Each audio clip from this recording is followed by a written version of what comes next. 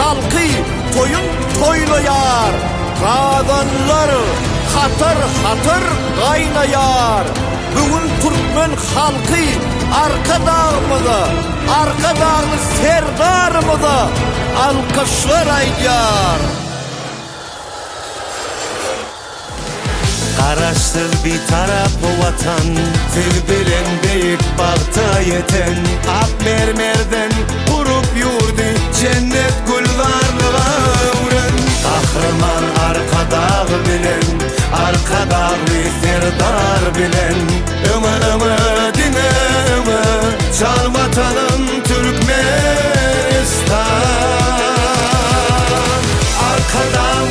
Arkada mı, siz Türkmene mehribansınız, devlet kuşun alıp var ya, arkada bir serdar mı?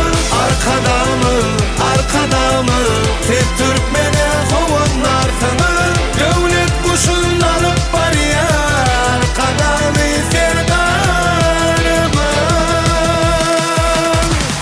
Siz Türkmenin başın göğe getirdiniz. Bu halk için bağıt dağın atırdınız. Ata babalarımızın arzu eden zamanısın getirdiniz. Hacar kadarımızı, arka dağlı hacı serdarımızı. Şükran, şükran, şükran. Arkada mı,